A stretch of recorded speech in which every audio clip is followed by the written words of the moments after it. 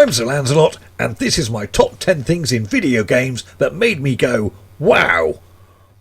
Number 10. Whilst it was great being able to store programs on affordable cassette tapes at the dawn of the home computing era, one of the main drawbacks was loading speed. It wasn't too much of a hassle if the program you wanted to load was something relatively small, like a listing you lovingly typed in from one of the many magazines available at the time. But for a full-blown commercial game back then, it could take over 20 minutes from pressing play on the tape deck to actually having the game loaded, on the assumption that the game did load and you weren't faced with the dreaded tape loading error. Sure, Sinclair tried to improve things with their micro drives, small high-speed tape cartridges on the Sinclair QL, and although turbo tape loaders for systems like the Commodore 64 improved things, there was nothing that could really touch the load speeds that a direct access floppy drive could provide. Now, the first time I'd seen a disk unit was way back in the early to mid 80s, when the school started using them for their BBC micros. I remember it vividly. It was a 5¼ inch Cumana drive, quite an unassuming little box sat next to the Beeb, and I watched as one of the teachers took this flattened piece of plastic, slid it into the unit and closed the drive door, or lock. Proceeded to type in, yes, to actually type in, the command to get the game loaded, and after about 5 seconds of whirring and clicking, the game was there, like right there, loaded. Amazeballs!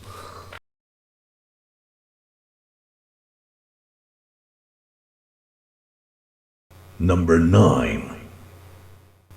Back in the very early days of home micros, sound was generally a bit of an afterthought, when for the most part the majority of arcade games provided adequate audio if they could play a laser firing and explosion sounds for enemies, or the player ship, maybe with a bit of background noise. Most players were on the whole generally content with that. Early musical offerings from game developers were generally not great, but then Rob Hubbard happened, and everything changed.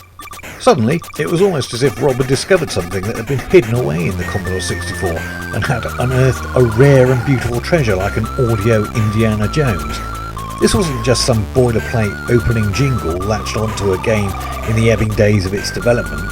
These were considered compositions that tied in with the theme of the game that you were playing, and they were magnificent. Titles like Monty on the Run, Master of Magic, Crazy Comets, International Karate and its follow-up, IK Plus, really helped immerse you into the worlds they were portraying on the screen. Speaking for myself, my favourite track by Rob is from the game Thrust, immortalised in Stone Tim's charming graphic demo from back in the day, Thrust Concert, that I was drawn to as I was nosing around the shops back then, when several high street stores stocked home computers. And it was running in Boots. Yes, Boots the Chemist. Can you believe that? I stood there completely transfixed as the characters on screen synchronised their actions with the music, which starts off innocuously enough, but seemingly manages to cram more and more voices into the 3 channels of sound available on the hardware. Thank you, Rob, for igniting a lifelong hobby that thousands of people all over the world are still celebrating today. Check out the High Voltage SID collection if you want to listen to it and thousands of other SID tunes. Number 8.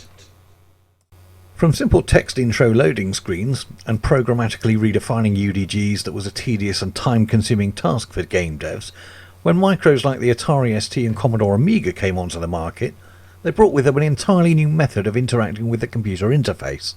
Known by its acronym of WIMP, Windows Icons, Mouse and Pull-Down Menus, or, depending on who you ask, Windows Icons, Mouse and Pointer, these machines allowed a more intuitive and refined method of control, notably so for producing graphics. Techniques such as rubber banding, allowing the user to anchor a point on the screen and stretch a line or shape to a desired length or dimension, were practically unheard of on a home micro, although large business CAD systems had been using them for some time. The image manipulation and animation tools available in DPaint 3 were incredible for the time, and whilst it didn't allow you to create images using the Amiga's hold and modify mode of a full palette of 4096 colours, it did allow a much more rapid development of imagery and bitmap sprite creation than had been seen before.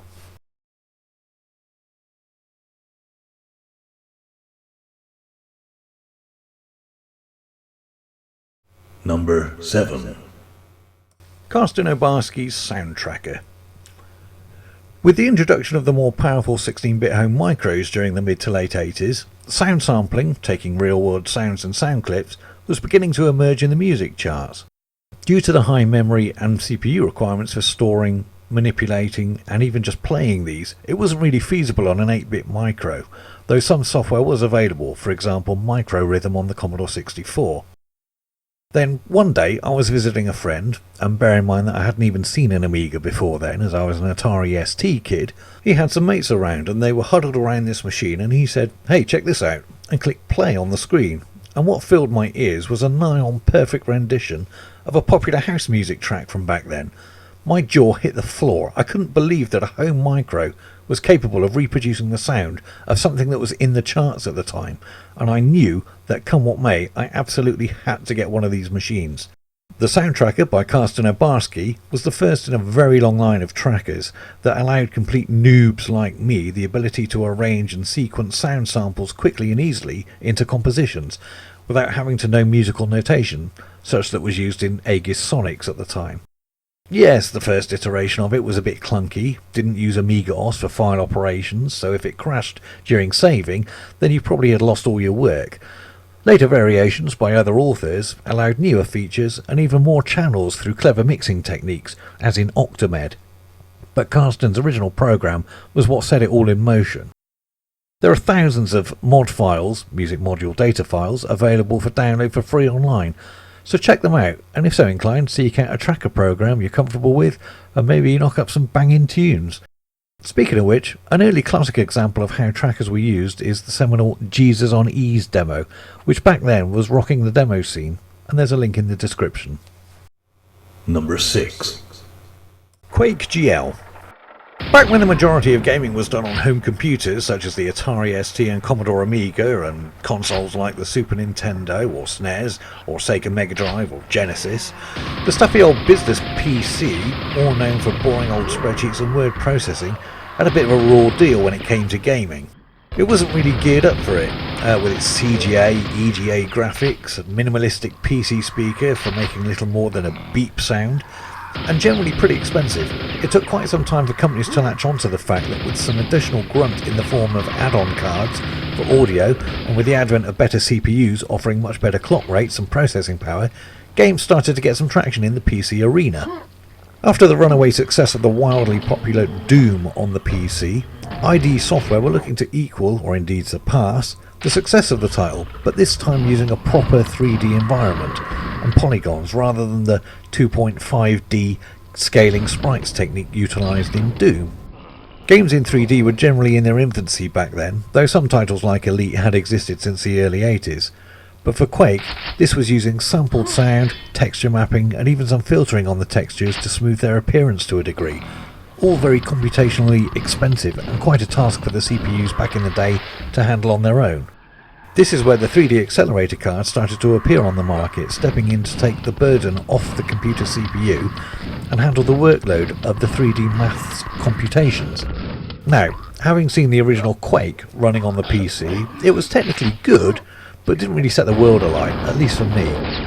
However, add in an accelerator card, I myself had a 3DFX Voodoo card, and the experience was completely transformed. It ran super fast and super smooth. Running and gunning through the dungeons had never been so arcade-like on a home system, and was a real eye-opening as to what a powerhouse the PC could be for gaming, and has since become. Number 5. PlayStation VR.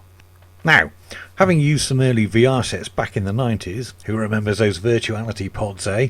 Back when you essentially had to strap a crate to your head and got little more than a few crudely constructed 3D models with little or no shading, and a frame rate of circa 1 frame a minute, seemingly. Sony's initial VR offering was positively space age when it was released. The fact that this sleek, comfortable, high-powered immersive technology could be had for a couple of £100 for use in your own home is nothing less than incredible. Almost every nerdy hacker movie you saw growing up usually had some futuristic 3D segment that needed to be navigated through, or had a scene whereby someone was playing a futuristic racing game or shooter. And now you can be part of that, living out your dreams of electronic environmental mastery. Running it up to 120 frames a second on some titles, for example Moose Life by Llamasoft, is testament to just how far things in VR have evolved, and bodes very well for the next generation of VR that Sony is working on. And personally, I can't wait. Number 4. Sega's Space Harrier. Wow, what can I say about this? Stepping into my local arcade at the time, RIP Mad Harry's, back in '85 to see this behemoth of an hydraulic cabinet in the middle of the arcade and watching the super smooth, colourful attract mode play out with "Welcome to the Fantasy Zone" blaring out across the arcade was, to my teenage mind, just mind-blowing. Climbing into it and actually weaving around on the hydraulics as you move the on-screen character was just amazing as you ran across the sprawling landscape. With a soundtrack that's a stone-cold banger, it remains to this day my favourite arcade title of all time. Yu Suzuki and his team pulled off an absolute triumph for this, and I just wish that he would consider a PSVR remaster, even if it had to be crowdfunded to get it sanctioned like he did with Shenmue 3. How about it, Suzuki-san? My cash is waiting.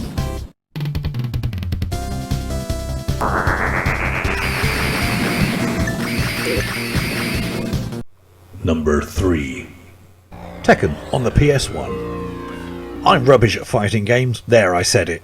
Trying to score a combo on something like Street Fighter 2 with my button-mashing sausage fingers usually ends in disaster, with my arse well and truly handed to me either by the AI or human opponent.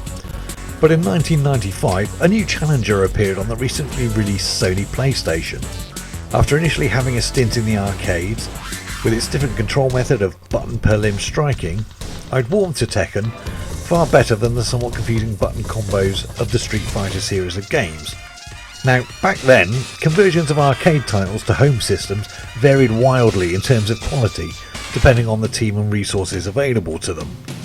But Tekken, on the PS1, was the arcade version. Not an absolute 100% one-to-one conversion, but 99.99%. And being able to play this on your big telly at home without having to traipse to your local arcade and fork out coinage time and time again was almost unreal. Sure, if you had rich parents that could afford to buy you a Neo Geo system and circa £200 per game cartridge, you could go that route. But for the average Joe or Josephine, PlayStation was where it was for home arcade experiences. Other arcade titles like the incredible Ridge Racer, also by Namco, effectively sealed a place for PlayStations under the majority of people's TVs. But for me, Tekken was the draw, and that's what made it a must-have.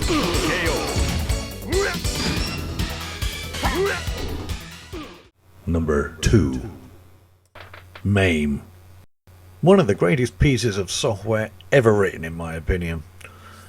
Way before I'd bought a PC, I'd been reading in the gaming press of the day, CMVG if I remember correctly, that on this new thing called the Information Superhighway, that it was possible to download the actual ROM code files that resided in an arcade cabinet.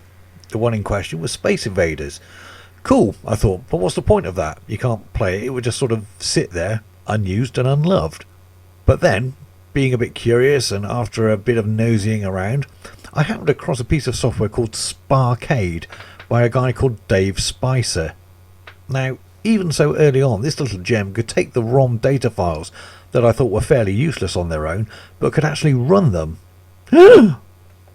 Like it was tricking your PC into thinking they were still snugly sat in their arcade board in a cabinet.